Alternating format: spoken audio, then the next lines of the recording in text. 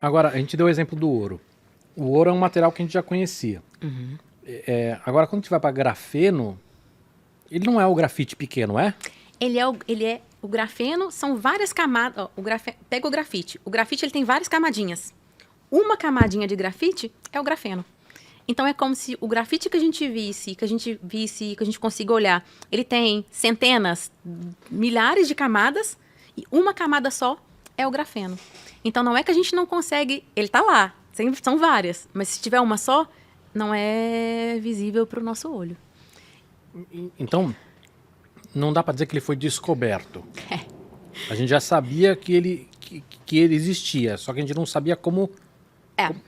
Ele foi observado experimentalmente e o mais chamativo assim, do grafeno é que já existiam alguns cálculos feitos teoricamente, lá em 1940 alguma coisa, 47, que falava que essa única camada sozinha, ela não era estável, então ela não poderia existir.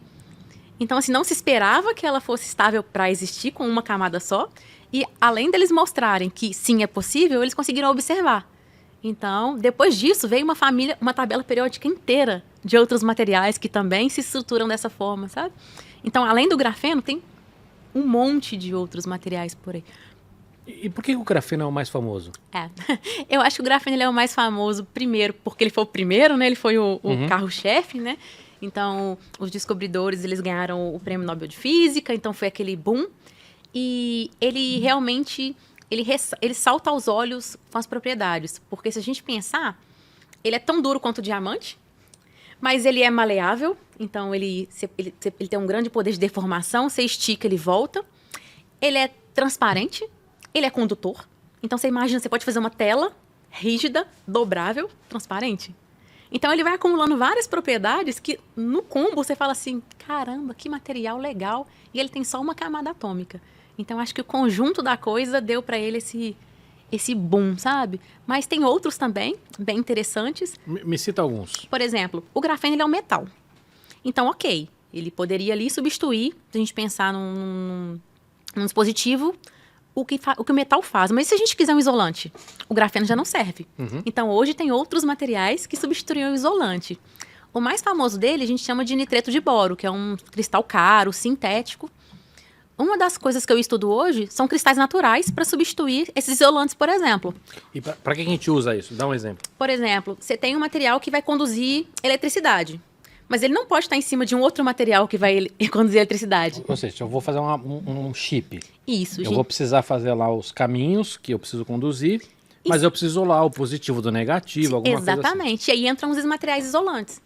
Na natureza, uma das coisas que eu estudo hoje é que na natureza tem um monte de materiais igual o grafite, que é natural, que também são naturais e que fazem esse papel de isolante. Então, a gente, ao invés de comprar, de sintetizar, a gente pode usar o que tem aí na natureza em abundância. Então, é uma das coisas que eu hoje estudo bastante, trocar esses materiais. O que eu acho legal também na história do grafite, que acho que é o prêmio Nobel vem disso, da criatividade dos caras tiveram para conseguir fazer, né? Isso. Como é que foi? Conta, eles usaram um durex, é isso? Isso é uma sacada, assim, a gente usa isso até hoje, né? Genial, porque isso é tão brasileiro, essa gambiarra é tão brasileira. Eu sempre falo que eu não sei o que vem primeiro, né? Se é o ovo ou se é a galinha, mas estruturalmente, se a gente pensar no grafite, o que acontece é que ele é muito rígido, porque ele tem um monte de carbonos ali ligados no plano fortemente, covalente, ligação dura. Mas entre as camadinhas, a gente tem uma ligação que é super fraca. Então, é muito fácil você tirar umas camadas das outras. Então, se o cara fala assim, beleza, eu tenho um monte de grafeno empilhado formando grafite, se eu ficar ali descascando, né, tirando ali, eu vou chegar numa hora que é só o grafeno. E aí, uma fita adesiva, você vai ali abrindo um cristal, né? Se você pegar... Eu cheguei a fazer isso na época. Peguei meu lápis, escrever, peguei o durex, pus na ponta do lápis, realmente sai grafite. Então é isso, né? Todo mundo que brinca vê. A gente vê, né, o grafite no dedo depois de desenhar bastante. Sim, então foi uma sacada, né? Que eu acho que, na verdade, eu não sei o que foi mais a sacada. Se foi esfoliar aquilo ou se foi transferir para um substrato que fosse possível ver. Inclusive ver com microscópio óptico. Então eles mostraram, olha, a gente consegue fazer, eu tenho uma camadinha isolada e eu consigo ver com luz visível. Além de outras coisas que eles fizeram. E isso é super reprodutivo, dá para fazer na escola. Então eu acho que é bem interessante, foi uma sacada Muito legal isso, muito legal. Fora a física, depois que eles estudaram e tiraram um monte de coisas, mas acho que a ideia... É que eu acho que essa ideia, a gambiarra é tão genial, porque, assim, primeiro que mostra a necessidade de criatividade na ciência, mas acho que é legal também para mostrar como a criatividade pode resolver problemas, né? Sim, e é uma coisa que é muito palpável, né? Por que a gente... quando eu olhei para aquilo, por que eu não pensei nisso? Isso que é legal, porque, assim, qualquer pessoa, por mais simples que seja, uma criança consegue entender o quanto isso é genial, né? Sim. Muito legal. Deixa eu aproveitar. Vai pegando alguma coisa, eu vou dar 2 recadinhos aí. Experimente esse azeite, que é maravilhoso também. Esse aqui tá muito bom, esse aqui. Esse aqui tá maravilhoso. Esse aqui acho que é a panceta, não? O que você falou que tinha aqui? Um segundinho. Deixa eu voltar aqui para as minhas anotações. Enquanto você tá procurando aí, galera que tá em casa, mandem perguntas, que a gente tá ao vivo, tá? Quero poder ler as perguntas de vocês. Se tiver pergunta, a lâmpada tá acesa já ou não? Não, tá apagada. Tá, se tiver pergunta, você acende a lâmpada para mim. E agradecer também o patrocínio da Accenture, né? Que é uma empresa global de serviços profissionais. São líderes hoje em nuvem, segurança e digital. Tá? Então, estão com a gente já alguns episódios. A gente vai ter um episódio na sexta-feira agora, muito legal, de um projeto muito legal deles. Então, acompanhem. A gente vai divulgar nas redes, mas vai ser nos canais deles. Achou aí, Mandíbula? Achei sim. Ó, a gente tem... Não, dos dois, o que era? Não das linguiças e do... Tem picanha suína e ancho suíno. Então é isso. Então esse aqui acho que é a picanha. Uhum. Nossa, tá muito bom essa picanha. Esse com pimenta aqui também tá maravilhoso. Esse é pimentado, né? Uhum. Muito legal. Agora, a gente já tá fazendo uso prático disso, não? Ou ainda tá no campo da pesquisa? Sim. Especificamente do grafeno hoje, já tem muito material disponível comercialmente. Tem baterias de telefone à base de grafeno. Tem... Mas vamos lá, eu quero entender na prática. Vamos pegar esse exemplo, depois você dá outros. O que ele ajuda na bateria? O que ele é na bateria? Ele deve estar em alguma das camadas da bateria. Vou começar com o exemplo antes desse, que é mais fácil, depois a gente volta à bateria. Por exemplo, colete à prova de bala. Eu falei para você que ele é tão rígido quanto o diamante. Uhum. Então, carro de Fórmula 1, cimento, tudo que você pode melhorar a performance de rigidez mecânica, você pode incluir grafeno. Ele é 200 vezes mais forte que o aço, por exemplo. Mas vamos lá, na prática isso. Vamos pegar, por exemplo, carro de Fórmula 1. Então, esses carros, por exemplo, eles têm... Antigamente era fibra de vidro, hoje tem fibra de carbono. Uhum. Mas a fibra de carbono, ainda que ela seja fina, ela é bem grossa perto do que a gente está falando aqui. Uhum.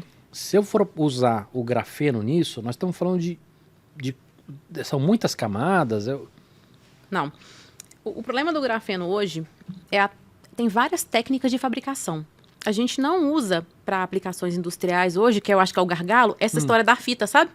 Porque a gente vai gerar floquinhos muito pequenos e isso ali você tem que ficar procurando, o que é monocamada, então isso não é bom para a indústria.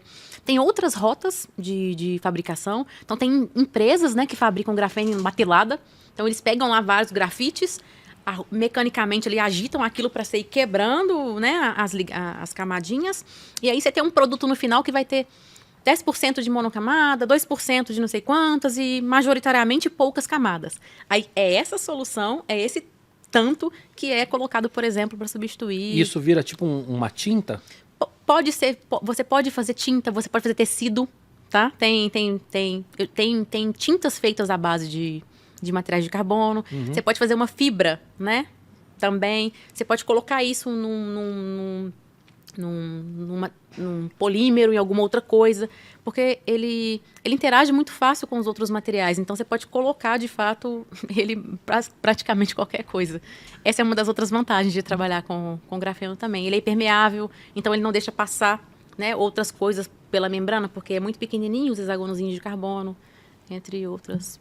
Agora, você deu o exemplo de cimento, que é o exemplo oposto da Fórmula 1, uhum, no sentido de que Fórmula 1 você tem um valor agregado tão grande ali que você pode usar alguma coisa que seja ainda muito cara. No cimento, tirando raríssimas exceções, isso tem que estar muito acessível. Já é acessível? Esse eu acho que é o ponto. Além do grafeno hoje ele ainda ser muito caro economicamente, porque para a gente pensar em virar produto, isso tem que ter... Não importa se vai ser 50 vezes melhor, mas se for 50 vezes mais caro, a gente ainda tem um... Aí ele só vai fazer sentido no que eu falei, por exemplo, sei lá, um avião ou uma Fórmula 1, que o cara não tá tão preocupado com o valor, mas ele tá preocupado com a performance, ele vai pagar o que for. E eu acho que isso ainda é um gargalo para a aplicação de alguns materiais, porque a fabricação ainda ela é muito cara, sabe? A gente ainda não desenvolveu rotas para poder sintetizar isso de uma forma que seja economicamente viável para se aplicar em alguns produtos. Agora, isso acho que não é tanto a tua praia, mas assim, você acha que com escala isso vai baratear ou nós vamos ter que achar soluções novas? Eu acho que com escala isso vai baratear dependendo da aplicação, porque, por exemplo, se a gente pensar na indústria eletrônica, né, de eletrônicos, a gente precisa de um material muito puro. Então, os processos que tendem a ser escalonáveis, de fazer muito, você peca um pouco na qualidade, na cristalinidade de como que os átomos estão ali muito bem organizadinhos. Então, para tecido, para propriedades mecânicas, ok. Agora, se a gente estiver pensando em alta tecnologia, a gente precisa que ele seja muito puro. E aí, quanto mais puro, mais caro o processo. Então, ainda eu acho que isso... Entendi. Tem uma balança. Você falou que ia dar outros exemplos, né? Então, você deu exemplo... Aí você tinha falado da bateria. Isso. Por quê? Porque a propaganda da Samsung, que tanto fez telas, né, flexíveis de grafeno quanto de baterias, é que ela dura muitas vezes mais a carga. Então, o grafeno ele é um material que... E a Samsung está usando isso já? Sim, tem para vender. Na época que foi o boom do grafeno, eles fizeram televisores, sabe? Telas de TV transparentes, né? Assim, eu não sei o quão palpável isso é, mas eletronicamente ele é um material muito bom. Então, ele é um bom condutor de eletricidade, muito melhor do que o silício. Então, ele tem as suas particularidades. Mas, de novo, né? Economicamente, a gente não sabe quão viável isso é.